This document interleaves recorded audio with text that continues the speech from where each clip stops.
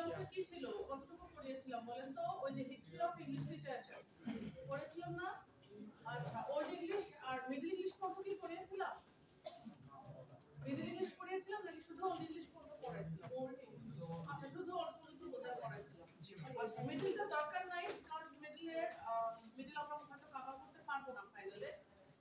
ওদের যেটুকু পারবো ওইটুকুই আমরা পড়াবো। তো আজকে আমরা দেখবো যে ওল্ড ইংলিশ বলতে যে পিরিয়ডটা আমরা বলেছিলাম যে অ্যাংলো স্যাক্সন পিরিয়ড, তাই না? ওই যে জিউস, অ্যাংলোস আর স্যাক্সনস, জার্মানি থেকে তিনটা ট্রাইব এসে ইংল্যান্ডের উপর রাজ করেছিল বলেছিলাম যারা ক্লাসে ছিলেন লাস্ট ক্লাসে। আর কি বলেছিলাম যে সেই সময় মানুষ কিসে বিশ্বাস করতো? প্যাগানিজম। প্যাগানিজমের বাই প্রোডাক্ট কি বলেছিলাম? ক্রিসমাস, হ্যালোউইন, এগুলো সব প্যাগানিজম। তারপরে ওদেরকে প্রকৃতির প্রতি প্রেম থাকতো, তারপরে সৈন্যদের শৌর্যবীর্য এগুলো, আর পরকালে বিশ্বাস করতো, ভাগ্যে বিশ্বাস করতো, অনেকটা হিন্দু ধর্মের সাথে মিল আছে প্যাগানিজমের। এই পর্যন্ত পড়েছিলাম। তারপরে লিটারেচারে কি হয়েছিল বলেছিলাম যে লিটারেচার গুলো এরকম ছিল, অ্যালিটারেশনের ব্যবহার ছিল, তারপরে সিমিলি ব্যবহার কম, মেটাফরের ব্যবহার বেশি ছিল। কেনিংস নামে এক ধরনের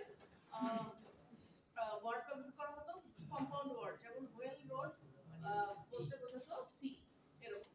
এটা টুকটাক মনে আছে।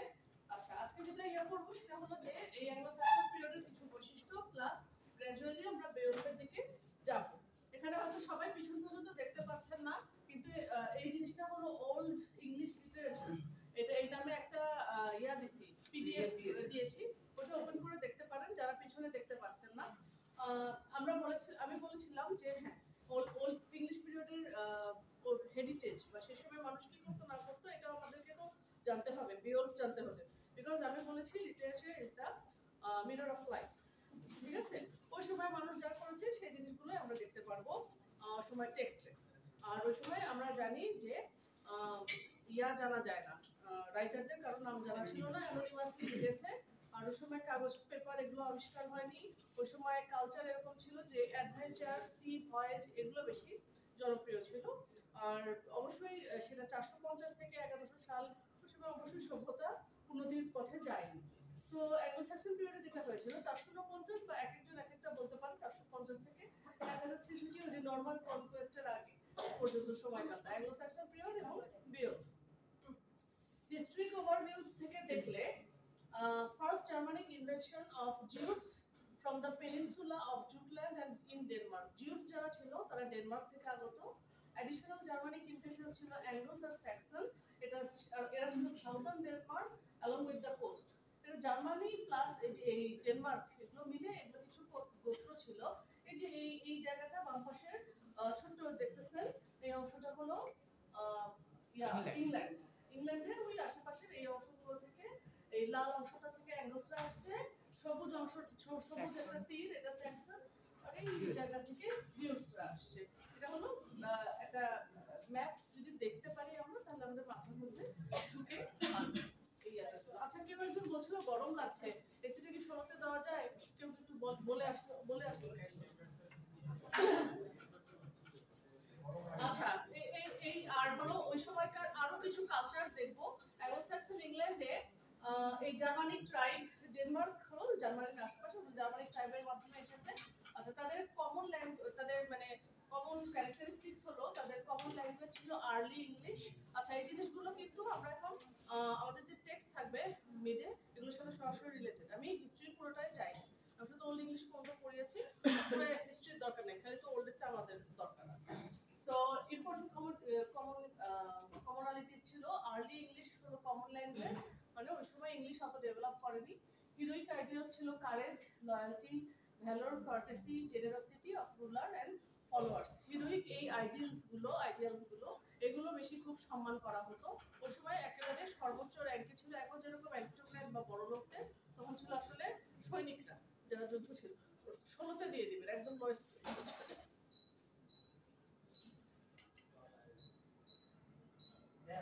হ্যাঁ, আচ্ছা ঠিক আছে, ঠান্ডা হলে কিন্তু এর চেয়ে কম হয় না, না 20-এর চেয়ে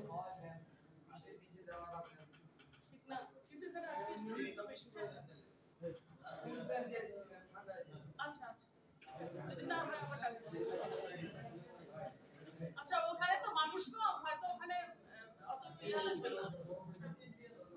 কততে আছে ওখানে?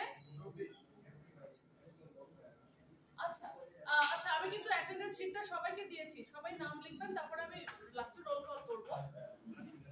আচ্ছা, হিরোইক আইডিয়ালস গুলো ছিল, আচ্ছা হলো কারেজ, মানুষের সাহস, মানুষের বিশ্বস্ততা, লয়্যালটি, ভ্যালর, সৌর্যবীর্য, কার্টেসি, সৌজন্যতা বোধ, জেনারোসিটি, মহানুভবতা of ruler and followers. Ruler মানে তার যে শাসক, একজন তো বীর বা যে সৈন্য, সে তো বীর সৈনিক, যে সে তো একটা শাসকের আন্ডারে থাকে, সো তার সাথে একটা বিনয়ের একটা সম্পর্ক, এই জিনিসগুলো হিরোইক আইডিয়ালস হিসেবে কাউন্ট করা হতো। গ্ল্যাডিয়েটর বলা যায়? হ্যাঁ, গ্ল্যাডিয়েটর বলা যায়? গ্ল্যাডিয়েটর কিন্তু আসলে শাসকের সাথে ওরকম ইয়া ছিল না। গ্ল্যাডিয়েটর ব্যাপারটা একটা অমানবিক কাজ ছিল, তাই না? গ্ল্যাডিয়েটরে যেটা হতো ওই সময় এনশিয়েন্ট রোমে কিছু রুলার, ওরা কি করতো, ক্ষুধার্ত সিংহের সামনে কিছু ওইরকম অসহায় মানুষকে পাঠায় দিত, যারা হ্যাঁ হয়তো শক্তি আছে কিন্তু শেষমেশ নৃশংসভাবে মারা যেত। আসলে এটা দেখে দেখে মানুষ যে উল্লাস করতো, এর চেয়ে অমানবিক আর কি হতে পারে? ওটা তো খেয়েই ফেলতো। গ্ল্যাডিয়েটরের ইতিহাস খুবই ভয়ঙ্কর ইয়াটা, যদিও ওই গ্ল্যাডিয়েটরের আধুনিক আরো অনেক কিছু এখন ইয়া হচ্ছে, মানে এখন ওই কালচার এখনো চলে আসতেছে, সেটা অন্য হিসাব। আচ্ছা, ফ্যামিলি ইউনিট ছিল, family unit from the structure of, এরকম ছিল ফ্যামিলি, গোত্রের থেকে ক্ল্যান বা ট্রাইব হলো কাছাকাছি জিনিস, এবং তার থেকে হলো কিংডম। তাহলে কিংডমের থেকে বড় ট্রাইব, ক্ল্যান, ফ্যামিলি। ফ্যামিলি হলো মানে সব একক ইউনিট, তার চেয়ে বড় হলো ক্ল্যান, তার চেয়ে বড় হলো ট্রাইব, আর তার চেয়ে বড় হলো kingdom. Democratic councils, meetings and assemblies of open discussion. Art ছিল high regard of for beauty and fine ornamentation, certain who artifacts. art মানে হলো সেই সময়কার যে কালচার বা হেরিটেজ যেগুলো আমরা দেখি, কিছু যে যেমন আমাদের কালচার বা হেরিটেজ কি আছে, সোনারগাঁ লোকশিল্প জাদুঘরে যেগুলো সংরক্ষিত আছে, ওরকমও ওদের কিছু আছে, সেগুলো আমরা দেখবো। এই ধরনের সার্টেন হু আর ওদের আর্টিফ্যাক্টস মানে হলো ওই সংকলন আর কি, জাদুঘরের সংকলিত যে জিনিসগুলো, আমাদের যেরকম প্রাচীনকালের নৌকা, যেগুলো জয়নুল আবেদিনের ভাস্কর্য, সোনারগাঁয়ে আপনারা কেউ যদি যেয়ে থাকেন দেখবেন ওখানে ওইসব ইয়া আছে, জাদুঘরে রাখা আছে, সেরকম কিছু আর্টিফ্যাক্ট দেখেন যে হাতির সুরের ইয়া দিয়ে ওরা পেয়ালা মদ পান করতো। তারপরে ওই সময়ের মুদ্রাগুলো ওরকম ছিল। তারপরে সৈনিকদের মাথার হেলমেট, যেহেতু লোহার হেলমেট, সৈনিকরাই তো বেশি ইম্পর্টেন্স তাদের দেওয়া হয়েছে, বীরদের, বীর সৈনিকদের। এটা কিছু ফর এক্সাম্পল দেখালাম। আচ্ছা, হিস্ট্রি। আচ্ছা, ল্যাক অফ ইউনিটি, তিনটা ট্রাইবের মধ্যে 7টা আবার কিংডমে ভাগ ছিল। North Angles, east Anglia, Mercia, Northern. আচ্ছা, এগুলা তাহলে দেখা যাচ্ছে যে ওরা যে তিনটা ট্রাইব আসছিল, জিউটস, অ্যাঙ্গলস আর স্যাক্সন, ওদের মধ্যে মিল ছিল না এটা। আর এরা এরকম করে ভাগে ভাগে, নর্থ অ্যাঙ্গলসরা নর্থে শাসন করতো, সাউথ আর ইস্টরা সাউথ ইস্টে ইয়া করতো, আর ওয়েস্ট স্যাক্সনরা সাসেক্স, এসেক্স, ওয়েসেক্স এরকম জায়গা আছে ইংল্যান্ডে, ওই জায়গাগুলো রুল করতো। অ্যাঙ্গলল্যান্ড লাস্টেড। আচ্ছা, এই অ্যাঙ্গলল্যান্ড মানে অ্যাংলো স্যাক্সন পিরিয়ডের এই অ্যাঙ্গলল্যান্ড 1066 পর্যন্ত রাজ করেছে তারা, যখন Norman conquest led by William the Conqueror. William the Conqueror ছিল নরমান্ডি বা ফ্রান্সের এক শাসক, উনি এসে এদেরকে হটিয়ে তারপরে নতুন রুল কায়েম করেন। এটা তো ক্ষমতার পালাবদল এরকমই। রিলিজিয়ন কি ছিল? Pagan beliefs of the Anglo Saxons. Anglo স্যাক্সনরা প্যাগানিজমে বিলিভ করতো, স্ট্রং বিলিভ ইন ফেট। ফেটের ওদের ভাষায় ছিল উইয়ার্ড। উইয়ার্ড বানান হলো WYRD। Impersonal irresistible force that determine most of life. মানে উইয়ার্ড মানে হলো অদৃষ্ট বা ভাগ্য। যেমন আমরা যেরকম আমাদের একটা খোদা আছে, আল্লাহ আছে, খ্রিস্টানদের আছে জিসাস ক্রাইস্ট, কিন্তু এদের কিছুই নেই, এরা জাস্ট ভাগ্যে বিশ্বাসী। অনেকটা হিন্দু ধর্মের মতো। হিন্দু ধর্মে যদিও দেবদেবী আছে, তারপরও হিন্দু ধর্মের সাথে মিলে যায়। The gods of the Anglo-Saxons were those of the Norse culture. Norse কালচারের যে দেবদেবী, তারাই ছিল ওদের দেবদেবী। আর great admiration for heroic warriors, এই ওয়ারিয়র বা যোদ্ধাদের প্রতি অনেক সম্মান ছিল। Human will and courage allowed individuals to control their own response to fate. আচ্ছা, মানুষের আসলে ওই মানে কাউকে তার সম্মান দেওয়া হতো তাদের সৌর্যবীর্যের উপর বেস করে। নো আফটার লাইফ, তারা মনে করতো যে পরকাল ওরকম বলে কিছু নাই, যদিও হিন্দু ধর্মে পরকাল আছে, এখানে ইয়া নেই।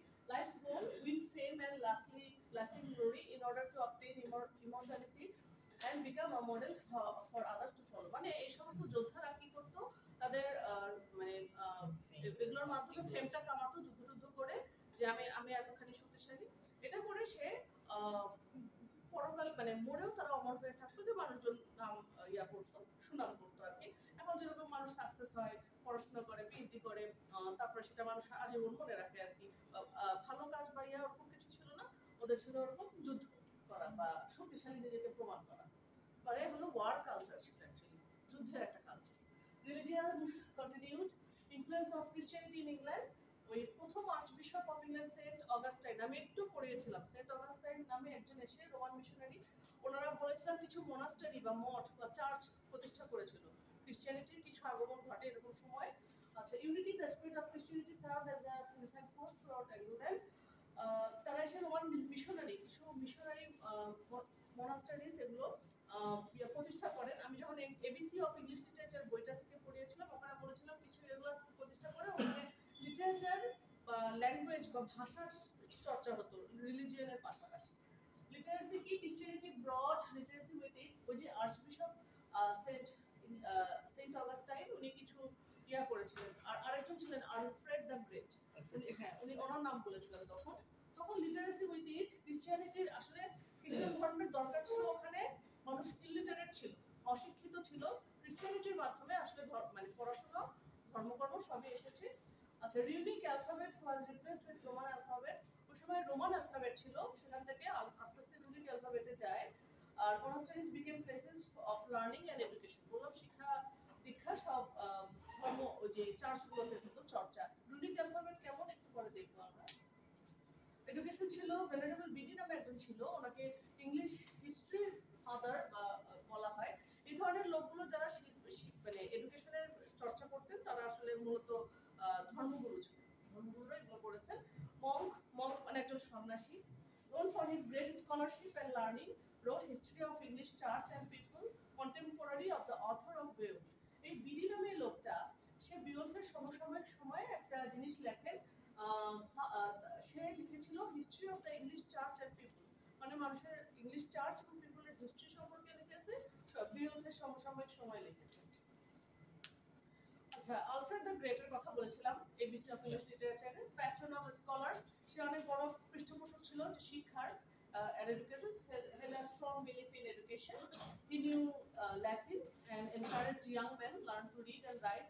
উনি ল্যাটিন ভাষা জানতেন আলফ্রেড দ্য গ্রেট, এবং সাধারণ ইয়ং মানুষদেরকে বলেছিল যে তাদেরকে কিভাবে পড়াশোনা শেখানো যায়, আর বিভিন্ন বই ইংলিশে ট্রান্সলেট করেছেন, কারণ তখন রোমান ভাষায় সবকিছু লেখা হচ্ছিল। End of Anglo-Saxon period, European rulers would send to England for teachers. European রুলারদেরকে তাদেরকে ইংল্যান্ডে পাঠানো হতো শিক্ষার জন্য। এই যে রুনিক অ্যালফাবেটের কথা বলেছিলাম, এগুলো এক ধরনের ভাষা। Runic alphabet early Anglo-Saxons use runes to scratch inscription। আচ্ছা, পাথরে এরকম করে খোদাই করে করতো, ওদের অ্যালফাবেটটা এরকম ছিল।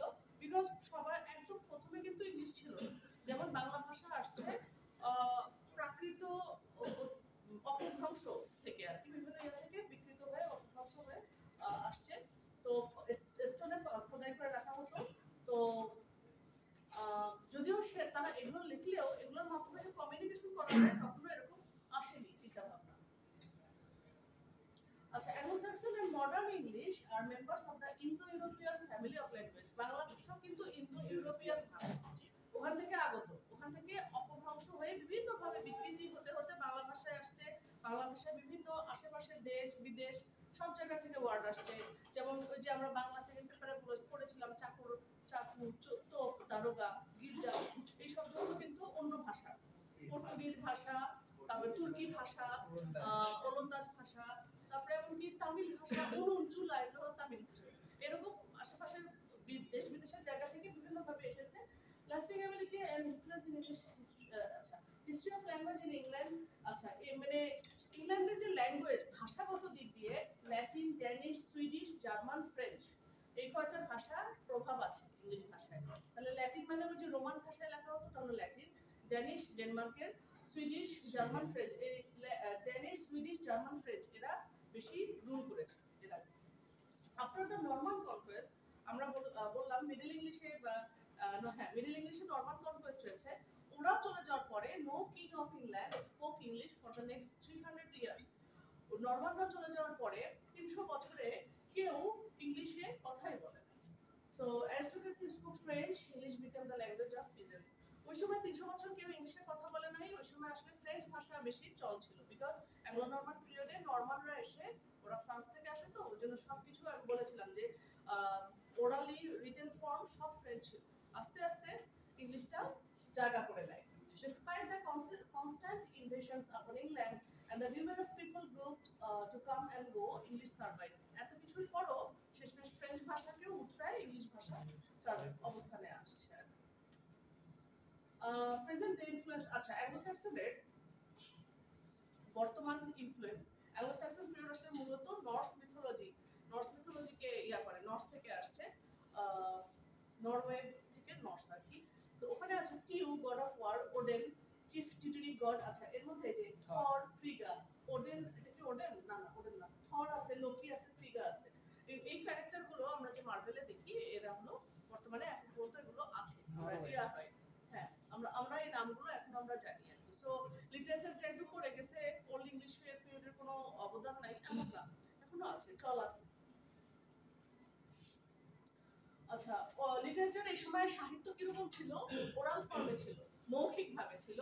প্রফেশনাল পোয়েটস, স্কোপস, প্রফেশনাল চারণ কবি বলে তাদেরকে, মানে ঘুরে ঘুরে বিভিন্ন জায়গায় কবিতা পড়তো। ওয়্যার দ্য মিউজিশিয়ানস, আচ্ছা এই কবিগুলো তারা মিউজিশিয়ানও ছিল, মিউজিশিয়ান, স্টোরি টেলার যারা গল্প বলে, and historians of their tribes, তাদের ট্রাইবের বা গোত্রের হিস্টোরিয়ান ছিল, ইতিহাস বর্ণনা করতো। The scope remembered the kings, heroes, battles and folklore of the tribe. মানে বিভিন্ন জায়গায় আমাদের যেরকম পল্লী গীতি বলে, যে পল্লী কবি বা কিছু, সে পল্লী কবিরা কি করে, গ্রামের যে লোকগাথা, গ্রামের যে গল্পগুলো আমরা ওখান থেকে জানতে পারি, সেরকম এনারা কি করতো, ওনাদের কথা গল্পের মধ্যে রাজার বাদশারা থাকতো, হিরোরা থাকতো, বীরেরা থাকতো, যুদ্ধ থাকতো, and folklore of the tribe. Folklore মানে পল্লী সাহিত্য, ফোকলোর মানে পল্লী গীতি না, এটা হলো লোকসাহিত্য, ফোকলোরের বাংলা হলো লোকসাহিত্য। Heroic epic poetry, Beowulf focuses upon bravery of central hero. এই এপিক পোয়েট্রি যে বিউলফ, এটা সেন্ট্রাল হিরো বিউলফের উপরে তার যে ব্রেভারি বা সাহসিকতা, এই জিনিসগুলো আলোচনা করেছে। আচ্ছা এলিজিয়াক লিরিক পোয়েট্রি, আচ্ছা এটা আছে হলো যে ওল্ড ইংলিশের মধ্যে আমরা একটা কবিতা পড়বো, সি ফেয়ারার, এটা ফাইনালে পড়বো। এই কবিতাগুলো এক্সপ্রেসেস মোর্নিং, আচ্ছা ওয়ান্ডার সি ফেয়ারার, এগুলো আমাদের ফাইনালে থাকবে। এই কবিতাগুলো যে এলিজিয়াক টাইপের টোন। এলিজিয়াক মানে কি, কোনো মানুষ বা কোনো কিছুর বিয়োগান্তক, মানে বিয়োগে বা মারা যাওয়ায়, মানে মানুষ যে দুঃখের যে কবিতাগুলো লেখে বা রাইট আপ করে, ওটা হলো এলিজি। এক্সপ্রেসেস মোর্নিং বা শোক due to the passing of better times, death or other losses, মানে কোন একটা ভালো সময় যাওয়া, আগের দিনে ভালো থাকতাম, কি সুন্দর দিন কাটাতাম, এখন নাই, এরকম, বা কারো মৃত্যু অথবা অন্য কোনো ধরনের loss. Dark mood and bleak fatalism are characteristic of Anglo-Saxon times. সেই সময় অ্যাংলো-স্যাক্সন টাইমে ওয়েদারও খারাপ ছিল, মানুষের মানে ভাগ্য অত অনুকূলে ছিল না, সেইগুলোর প্রভাব রাইট আপেও পড়েছে। সো ডার্ক মুডই বেশি ছিল মানে এই সময় সাহিত্যের মধ্যে। আচ্ছা এই সময় অ্যাংলো-স্যাক্সন পিরিয়ডে এক ধরনের মজার খেলা হতো, সেগুলো হলো রিডল। তারপরে কেনিংসের কথা তো বলেছি, ওই যে ওভেল রোড। রিডল জিনিসটা কি, ওই আমরা ছোটবেলায় যে ইয়াগুলো পড়তাম, আর ধরনের একটা নাম আছে বাংলায়, শিল্লুক বা এরকম কিছু। রিডল মানে হলো ধাঁধা, যেমন হাসপাতাল, 5 অক্ষরের নাম, তার প্রথম 3 অক্ষর বাদ দিলে একটা পাখি হয়, এই ধরনের রিডলস গুলো আর কি। তারপরে বলেন তো কোন প্রাণীটা সকালে 2 পায়ে হাঁটে, সকালে 4 পায়ে হাঁটে, দুপুরে 2 পা আর রাতে 3 পায়ে হাঁটে? মানুষ। কিং ইডিপাসের মধ্যে আমরা এটা দেখি, কিং ইডিপাস টেক্সট আছে, এখানে এই রিডলটা আমরা পাই। জানতাম না হয়তো, কিন্তু আমরা কিন্তু এটা শুনেছি যে এই ধাঁধাটা আমরা শুনেছি আর কি। তো মানুষের ওটা পায়ের ব্যাপারটা কি, সকালে 4 পা মানে তার ইয়াং এজটা হলো সকাল, শৈশবকাল, সে সময় সে হামা দেয় 4 পায়ে। দুপুর বেলায় হলো তার যৌবনকাল, এই সময় সে পূর্ণবয়স্ক মানুষের মতো হাঁটে। আর রাতের বেলা বা বৃদ্ধকাল হলো ওই যে রাতটাকে ইন্ডিকেট করছে, যেখানে সে 3 পা মানে হলো একটু লাঠি প্রয়োজন হয়। হ্যাঁ অ্যাংলো-স্যাক্সন পোয়েট্রিতে কি হতো যে ব্ল্যাঙ্ক ভার্সে লেখা হতো, এটা অলরেডি বলেছি। তারপরে number 2, Anglo-Saxon poetry typically ডিপিক্টস the problems which arises at the theology of the church, এখানে চার্চ বা ক্রিশ্চিয়ানিটি এগুলো আসছে, theology of the pagan world played off against each other. Christianity এবং প্যাগানিজম বোথ এই সময় পোয়েট্রিতে এসেছে। The use of Sisra, Sisra মানে জ্যোতিচিহ্ন, এটা হলো যে এটা খুব কমন ছিল। During the period there was no written common written language ছিল না। Poetry of the Angles was sung by scopes, ওই সময়কার যে চারণ কবিরা ওরা এগুলো মুখে মুখে বলতো। আর Sisra allowed for the scope to breathe and while, আচ্ছা আর কবিতা পড়ার সময় যে একটু থামা লাগে, একটু আর্ট আছে, দাড়ি কমানো কিন্তু একটা আর্ট, সিসরা বা জ্যোতিচিহ্নের ব্যবহার আর কি, ওটা ওই সময় এরকম করে ওরালি বলা হতো। আর Sisra typically placed after the second foot in the line of poetry, আচ্ছা there were 4 feet, যেটা কিভাবে কখন পজ করা হতো সেগুলো বলছে। commonly used poetic device alliteration বলেছি, কেনিংসের কথা বলেছি। এই সময়ের অন্যান্য এপিকের মতো poetry of the Anglos was meant to be a moral lesson. আচ্ছা এই কবিতাগুলো ছিল আসলে একটা মোরাল লেসন, যে কোনো কবিতা। বিউলফ হলো সাহসিকতার একটা, দ্য ওয়ান্ডারার, দ্য সিফেয়ার যেগুলো ফাইনালে পড়বো ওগুলো হলো মোরাল লেসন। ওগুলো হলো কোনটা প্যাগান বিলিফ আছে, কোনটা ক্রিশ্চিয়ান বিলিফ আছে, এগুলো মূলত অ্যাংলো-স্যাক্সন পোয়েট্রি ইয়াটা আর কি। আচ্ছা এখন আমাদের টার্গেট হলো বিউলফ, যেহেতু এটা মিডিল থাকবে, ছোট প্রশ্ন থাকবে, বড় প্রশ্ন থাকবে। অথর আমরা জানি না, poem is probably the work of a single author, খুব সম্ভবত একজনই লিখেছেন। আর probably a Christian man who lived in the 8th century and a contemporary of the Venerable Bede. Venerable Bede ওই সমসাময়িক বেওলফের সময় লিখেছিলেন, যে ক্রিশ্চিয়ান মানুষ লিখেছিলেন খুব সম্ভবত বেওলফ কবিতাটি। Familiar with classical and biblical literature, well educated, আচ্ছা ক্লাসিক্যাল আর বিবলিক্যাল লিটারেচারেরও রেফারেন্স আছে এখানে। আর শিক্ষিত মানুষ ছিলেন যে লিখেছে কবিতাটা। Composition and written manuscript, the poem was probably composed sometime in the 8th century, 700 থেকে 800 AD। আচ্ছা দেখেন পুরো একটা সেঞ্চুরি যখন আমরা বলবো সেটা থেকে 100 বছর পরের সময়কালটাকে বলবো। 700 থেকে 800 এর মধ্যে সময় 700 1 2 3 সাল, কিন্তু সেঞ্চুরিটা হবে 1 সেঞ্চুরি পরে, 8th century, ঠিক আছে। written down around 11 AD, লেখা হয়েছে 1100 AD এর মধ্যে। আর ম্যানুস্ক্রিপ্টটা একটা মনাস্টারি বা চার্চে সংরক্ষিত ছিল 100 বছরের মতো। 16th সেঞ্চুরিতে এসে দেখেন অনেক দিন ছিল, 1000 সালে 1600 সালে, 1600 সালের মতো ছিল।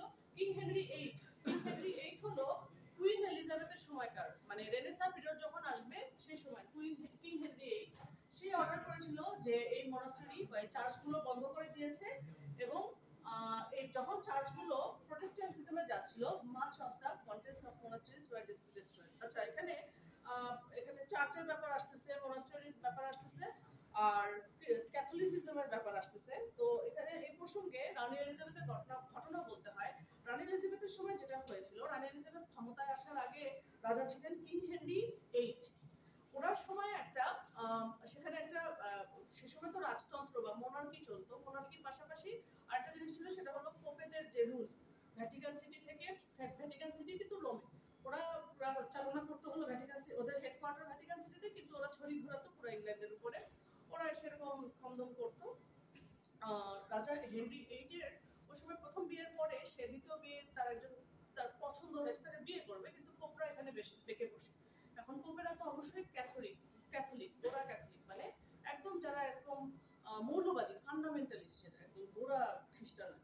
সো ওরা এটা ইয়া করছে। তো তখন একটা দলের উদ্ভব হয়, তারা এই ক্যাথলিসিজমের একটা মডারেশন চায়, যে ক্যাথলিক ধর্ম মানব, এখানে বেশি বাড়াবাড়ি। সো এই মডারেশন যেটা আসলো ওটাকে বলে প্রোটেস্ট্যান্টিজম। এই জন্য এখানে যে প্রোটেস্ট্যান্টিজমের কথা বলছিল, যারা এরকম ছিল, ক্যালভিন ছিল, মার্টিন লুথার ছিল, এরা ছিল হলো ধর্মের প্রোটেস্ট্যান্টিজমের প্রবর্তক। তো তারা এরকম করেছিল। তো ফলশ্রুতিতে কি হলো, দুটো ভাগ হয়ে গেল। রাজার পক্ষে যারা, তারা হলো প্রোটেস্ট্যান্ট, আর চার্চের যে মানে পোপেদের পক্ষে যারা, তারা হলো ক্যাথলিক। এখন রাজা চলে যাওয়ার পরে রানী এলিজাবেথ যখন আসলো, সে ঠিক করলো যে এটা তো সমাধান হওয়া দরকার, দুই ভাগে হয়ে আছে। তখন উনি এমন একটা ব্যবস্থা করলেন যেখানে যাতে করে সমস্যাটা সমাধান হয়। উনি ঠিক করলেন যে ঠিক আছে পোপেরা থাকবে, তবে আমাদের হেডকোয়ার্টার হবে ইংল্যান্ড থেকে, এরকম ইয়া চলবে। তো এটার নাম দেওয়া হলো, এটা একটা টার্ম আছে, এটা হলো অ্যাংলিকান চার্চ বা অ্যাংলিকানিজম বলে, যেখানে অ্যাংলিকান মানে ইংল্যান্ডের ওই ইয়াটা থেকে অ্যাংলিকান ভ্যাটিকান মিউজিয়াম আসছে, ইংল্যান্ডে হেডকোয়ার্টার হবে পোপেদের, তাহলে আর ওই বাইরের এই পোপেদের আমরা ছড়িয়ে ঘোরানো আমাদের আর মেনে নিতে হবে না, এরকম করে এই সমস্যাটার সমাধান হয় আর কি, তাই এটা বলে রাখবেন। আচ্ছা, রবার্ট কটন নামে এক লোক, উনি ম্যানুস্ক্রিপ্ট গুলো তার পার্সোনাল লাইব্রেরিতে সংগ্রহ করে রেখেছিলেন। 1731 সালে ম্যানুস্ক্রিপ্ট প্রায় পুড়ে গিয়েছিল, ব্রিটিশ মিউজিয়ামে তারপর দান করে দেওয়া হয়। আচ্ছা, এখন কথা হলো, প্রশ্ন হলো বিওফিলের স্টোরিটা এটা মিথ না হিস্ট্রি? আমি যদিও এখনো কাহিনী পড়াইনি, কাহিনী যখন পড়বেন মানে ওই সময়ের যে কমন জিনিসটা ছিল, হিরো সুপার হিরো এগুলো তো ছিলই, সেই সাথে ছিল হলো সুপার ন্যাচারাল পাওয়ার, মানে কাল্পনিক জিনিসপত্র। আমি বলেছিলাম সে সময় মানুষ নিজের শত্রু মনে করতো দৈত্য দানব, তো আর বাস্তবে নেই। সো এটা মিথ ছিল না হিস্ট্রি ছিল? এই কবিতার মধ্যে no distinction is made between myth and history, myth আর হিস্ট্রির মধ্যে কোনো পার্থক্য করা হয়নি। Beowulf can't accurately be described as a fiction or fact, এটাকে কল্পনাও বলা যায় না, বাস্তবও বলা যায় না। Dating the manuscript becomes important in determining পিছনে কথা হচ্ছে determining which elements of Beowulf belong to the history of culture, to the history of myth and legend. এটা আসলে একটা ইমাজিনারি একটা কিছু, বাট এটা ফ্যাক্ট বা ফিকশন কিছুই বলা যায় না এটাকে। আচ্ছা, অ্যাটেন্ডেন্স কারো কি বাকি আছে? আচ্ছা, এই নোটটা বাকি আছে।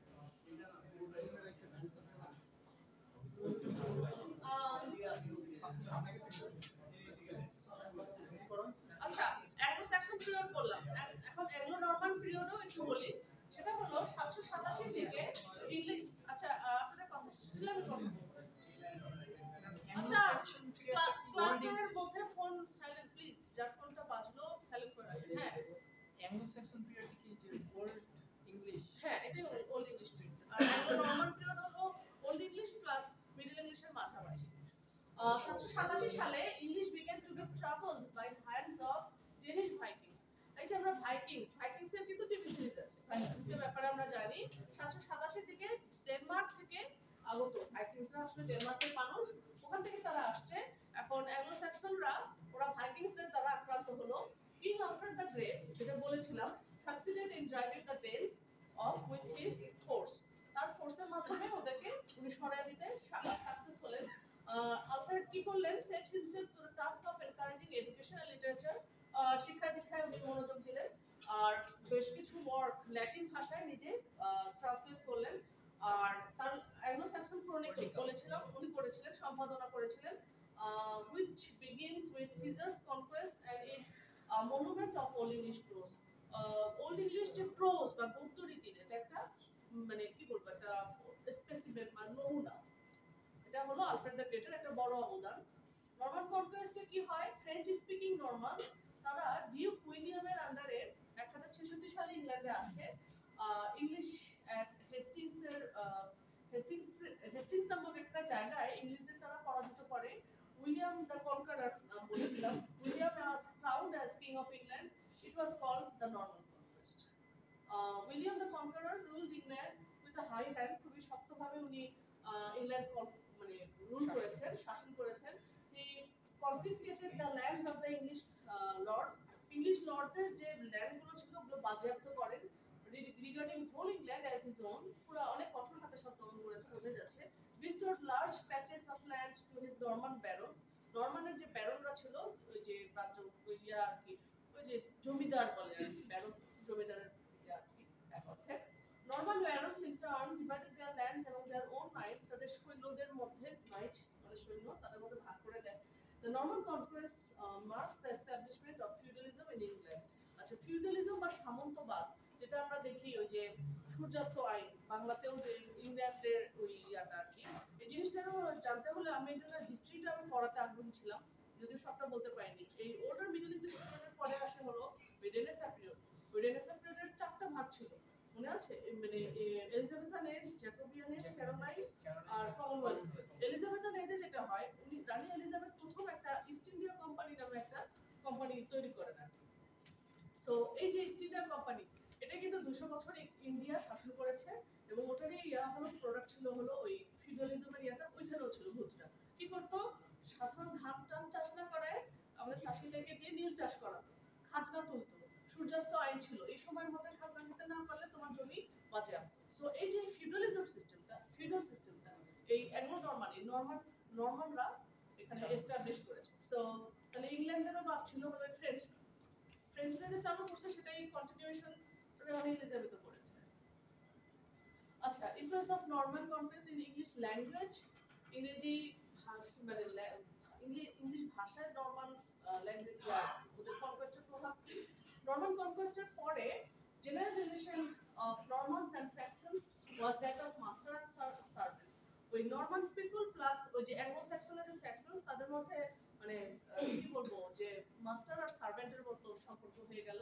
Norman lords spoke French while their English subjects retained their old tongue. নরমানরা ফ্রেঞ্চ ভাষায় কথা বলতো আর ওদের প্রজারা কথা বলতো ইংলিশ ভাষায়। অনেক সময় ধরে স্কলাররা ল্যাটিন ভাষায় লিখতো and that courtier in French. স্কলাররা ল্যাটিন ভাষায় লিখতো, আবার যারা কোর্টে যারা ছিল সভাসদ তারা ফ্রেঞ্চে লিখতো।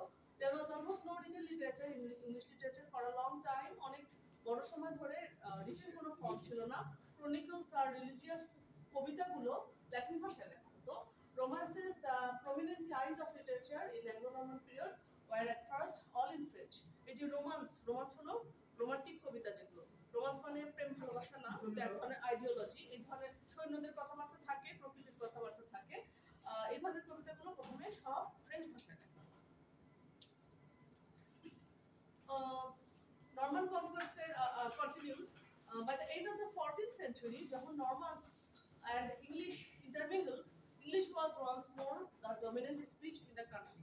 ওই নরমানদের যখন চলে যাওয়ার সময় হলো প্রায় 1500 সালের দিকে ওরা তখন গিয়ে পালায় দেশ থেকে। ইংল্যান্ড ওয়াজ আচ্ছা তখন আবার ডমিনেট হয়ে যায় ইংলিশ ভাষা, but now it becomes something different from old Anglo Saxon. ইংলিশের হয়তো পাওয়ার বেড়ে যায়, ওল্ড অ্যাংলো স্যাক্সন থেকে এগুলো ডিফারেন্ট হয়ে যায়। অ্যাংলো স্যাক্সনরা কিন্তু থেকেই গেছে, ওদের কিন্তু পালানোর পথ ছিল না। The structure of the language remain English, ভাষা ইংলিশই ছিল। কমন ওয়ার্ডগুলো অলমোস্ট নতুন করে চেঞ্জ করা হয়েছে, যদিও কিছু মডিফাই করা হয়েছে, but many terms employed by the Normans were adapted into English language. বেশ কিছু যে ওই মানে ইন্টারমিডল হয়ে গেছে আর কি, বলেছিলাম যে অপভ্রংশ যেটা হয় আর কি, মিলেমিশে একাকার হওয়া। Situation is typified by the use of the English. আচ্ছা দেখেন, সাপ, সোয়াইন, শিপ এগুলো হলো ইংলিশ। কাফ হলো বাছুর, সোয়াইন পিগ শুকর, শিপ ভেড়া। আচ্ছা এগুলো পরবর্তীতে ফ্রেঞ্চের দ্বারা ইনফ্লুয়েন্স হয়েছে। ভিল এটা হলো কাফের একটা সিনোনিম, পর্ক, সোয়াইন এটা কাছাকাছি একই জিনিস। শিপটাকে বলা হচ্ছে মাটুন। মাটুন কিন্তু আমরা বুঝি খাসি, এটা কিন্তু শিপ বোঝাচ্ছে। ফর দ্য ফ্লেশ সার্ভড একটা নোবল স্টেপল। এই যে আসলে এই খাবারগুলো রাজ্য মানে রাজ দরবারে ক্রিয়া করা হতো, তো সেটা ফর এক্সাম্পল একটা বলা হতো। সো দেখেন শব্দগুলো চেঞ্জ হয়ে গিয়েছে।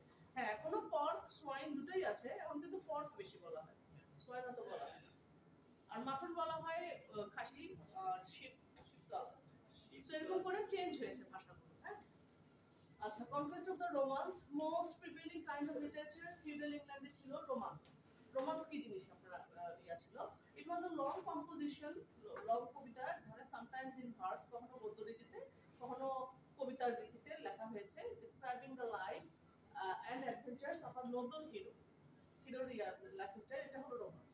সেন্ট্রাল ক্যারেক্টার রোমান্সে ছিল একজন নাইট বা সৈন্য, a man of Nobel birth and skilled in the use of weapons, যুদ্ধ সমরাস্ত্রের যে পারদর্শী। He was commonly described as riding forth to seek adventures, taking part in ওই যে বিভিন্ন ধরনের অ্যাডভেঞ্চারে, টুর্নামেন্টে, ফাইটিং এ, ব্যাটলফিল্ডে। He was devoted to the church and the king. ওই চার্চ এবং কিং এর প্রতি মানে পোপ এবং কিং দুজনের প্রতি তার ভক্তি। The code of manners and morals of a knight is known as chivalry. একটা নাইটের যে ম্যানার, মোরাল এগুলোকে chivalry বলে। One who wanted to be a knight should serve an apprenticeship as a squire until he was admitted to the knighthood with solemn ceremony and the swearing of oaths. যদি কেউ night হতে চাইতো তখন তাকে এক ধরনের শিক্ষানবিশি as a square মানে নাইটের আগের মানে ইয়াঙ্গার ফর্ম, তারপরে সে তাকে নাইটহুড ওই একটা সোলেম সেরিমনি, একটা গুরু গম্ভীর একটা সেরিমনির মধ্যে শপথ নেওয়া হতো, ওথ নেওয়া হতো চার্চে। তারপরে সে এরকম মানে যেরকম আমাদের আর্মিতে ঢুকতে গেলে যেরকম ট্রেনিং দিতে হয়, ওদের ওরকম শপথ নিতে হতো, একটা ট্রেনিং এর নিতে যেত।